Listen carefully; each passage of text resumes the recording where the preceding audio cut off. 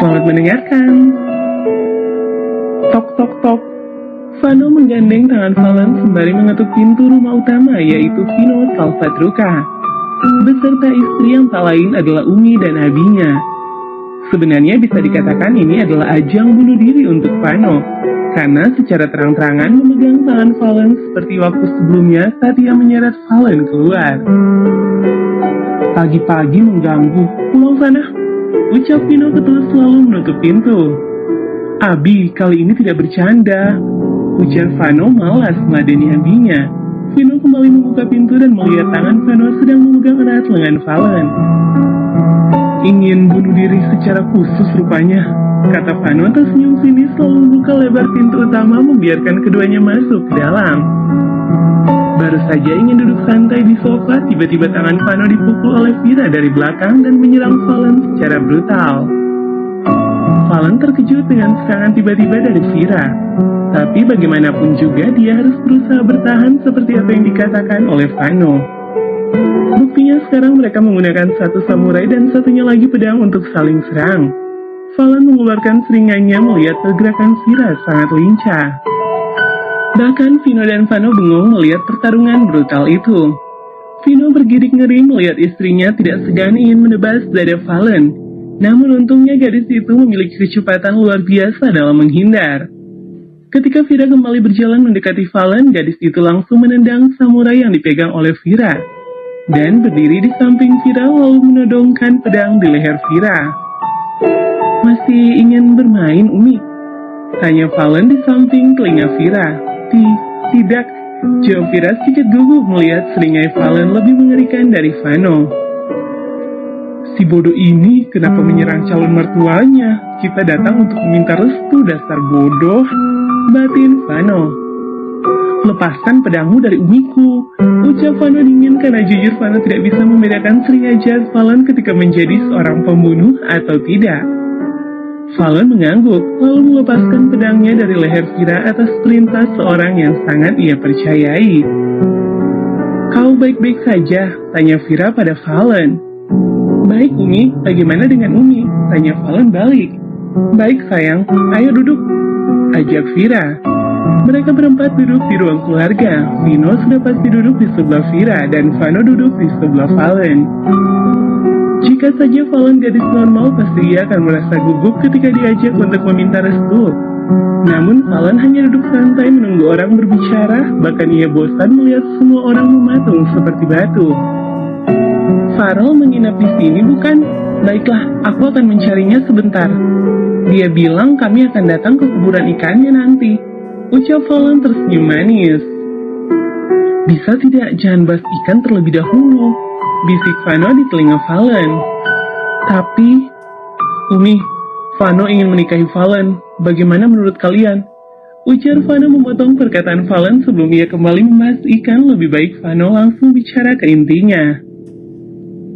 Kau tahu bukan jawabannya? Ucap Vino datar ketika mendengar ucapan putranya.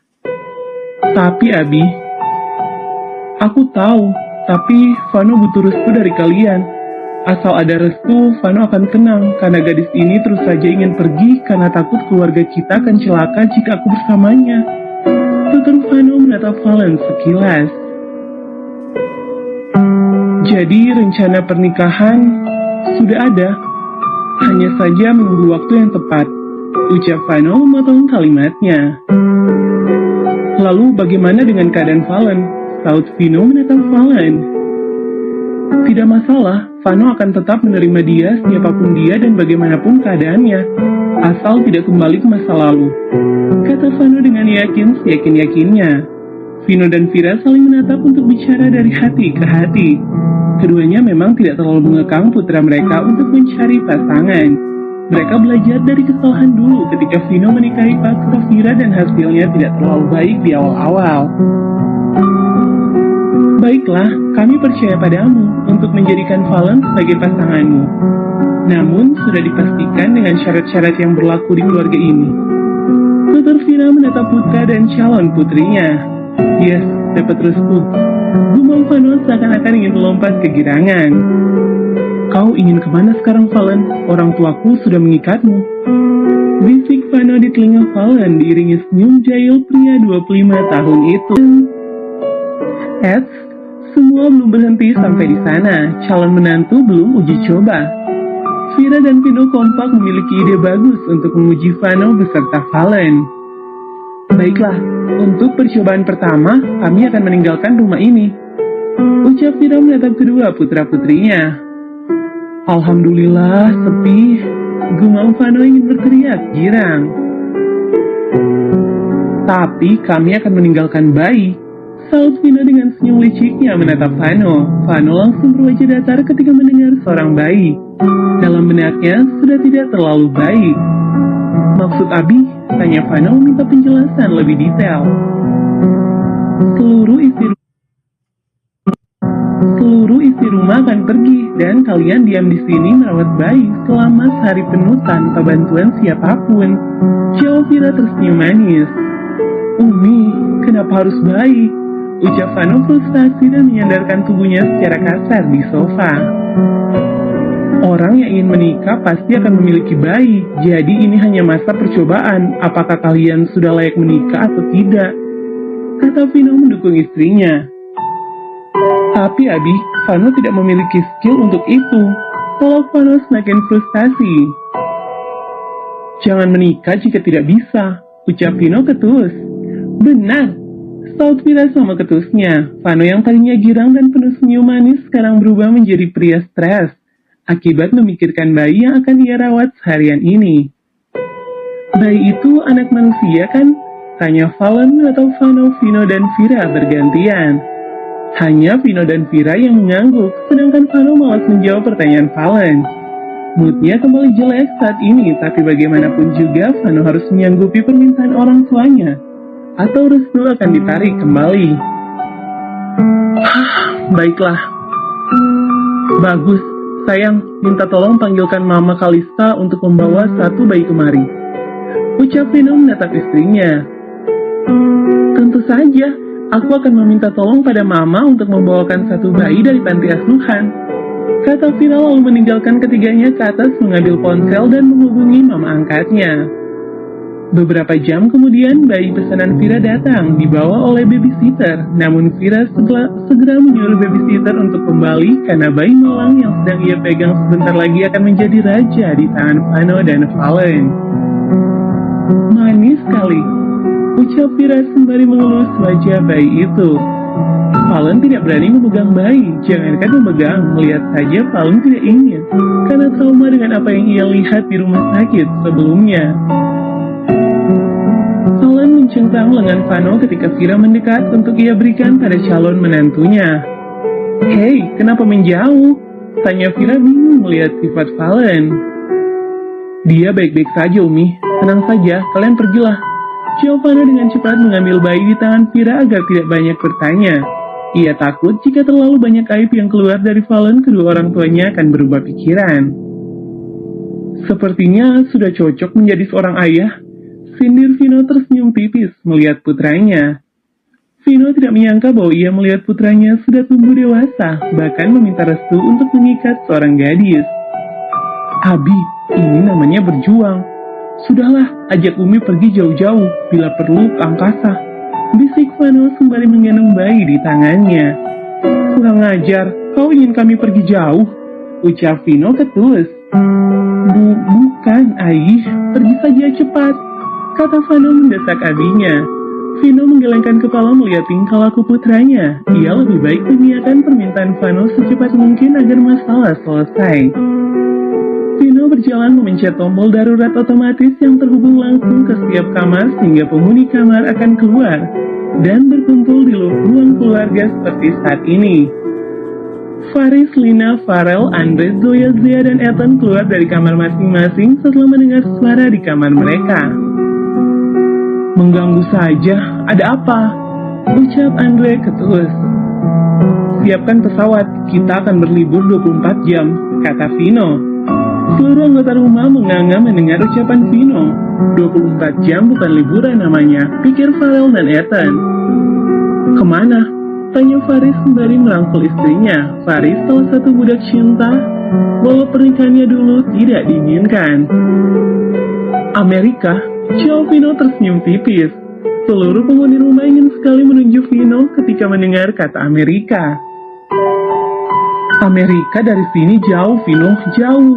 Perjalanan hampir 24 jam dan kita ke sana untuk apa? Untuk apa? Ucapannya kesal. Untuk kentut sebentar lalu kembali lagi. Ciao Vino dengan santainya merangkul Vira keluar dari rumah meninggalkan Vano dan Valen.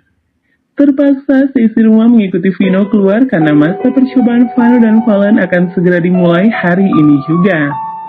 Belum beberapa menit setelah keluar gerbang, Vano mulai frustasi mendengar tangisan bayi yang ia letakkan di atas meja. Bahkan saat ini Vano tidak bisa meminta bantuan para pelayan karena seluruh pelayan diangkut oleh Vino ke Amerika bersamanya. Hanya ada pengawal yang menjaga rumah, namun mereka sudah diancam tidak boleh membantu Vano sedikit pun. Kini tibalah saatnya Vino mulai repot mengurus bayi yang dititipkan padanya. Memang bayi itu untuk uji coba, tapi di sini hanya Vano yang bekerja karena Valen tidak berguna sama sekali.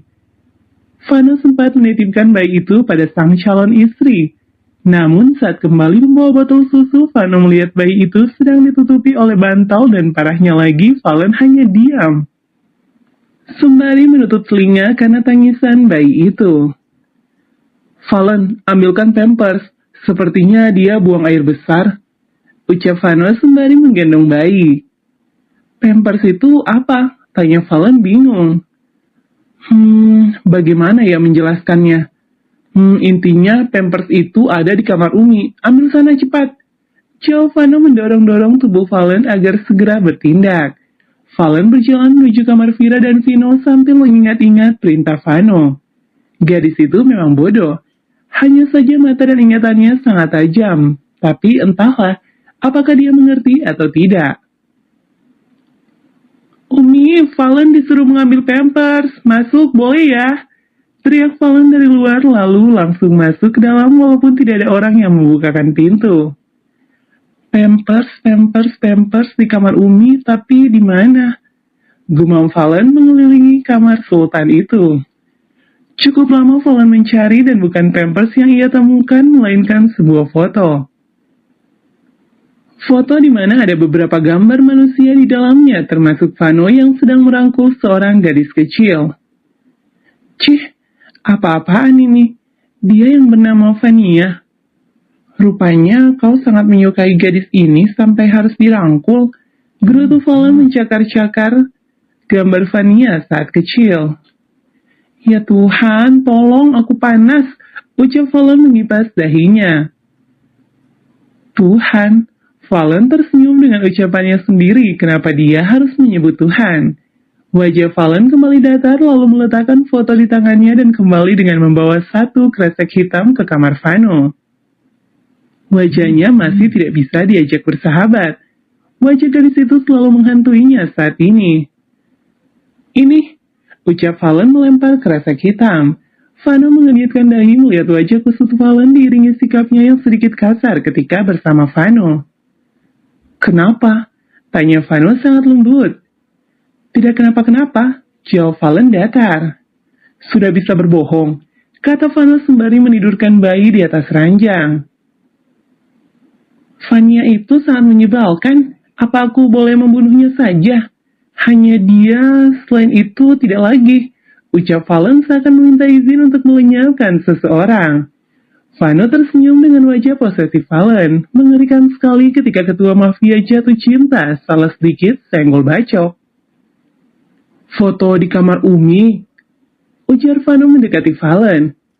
Apalagi selain itu, kata Valen ketulus selalu menjauhkan dirinya dari Vano. Valen, tidak boleh seperti itu. Semua orang memiliki masa lalu masing-masing. Lagi pula aku tidak menyukainya. Lalu, menyukai siapa? Kau, jawab Vano. Entah dari mana Valen mendapat ekspresi menjijikan seperti itu yang jelas saat ini dia menutup wajahnya karena malu. Baiklah, tidak usah bahas hal yang tidak penting. Sekarang bantu aku mengganti pakaian dan popok bayi ini. Ucap Vano sembari membuka plastik yang dilempar Valen tadi. Siap. Vano berbaja masa melihat isi dari kantong plastik di tangannya. Memang Vano harus berpikir 2 kali untuk memilih calon pasangan orang bodoh. Valen, ini softtek. Ucap Vano datar mengangkat bungkusan pembalut. Sama-sama untuk membalut kan? Pakai itu saja, aku sudah lelah. Apa-apa ya aku yang kerjakan. Selalu salah. Kata Valen kesal lalu menidurkan dirinya di samping bayi titipan itu. Jika saja kau memiliki kepintaran sedikit saja, pasti aku tidak akan menyalahkanmu. Gerutu Vano lalu keluar menukar barang di tangannya. Oke teman-teman, bab ini sudah selesai ya. Sampai ketemu di bab selanjutnya.